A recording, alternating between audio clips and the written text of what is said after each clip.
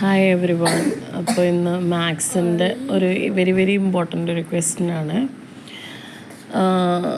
ഒരു question common ആയിട്ട് വരുന്നത് ഇത്ര ദിവസം കൊണ്ട് ഒരു വർക്ക് ചെയ്ത് തീർക്കുന്നു, ബി ഇത്ര ദിവസം കൊണ്ട് ഒരു വർക്ക് ചെയ്ത് തീർക്കേണ്ട വർക്ക് രണ്ടുപേരും കൂടെ എത്ര ദിവസം കൊണ്ട് തീർക്കും.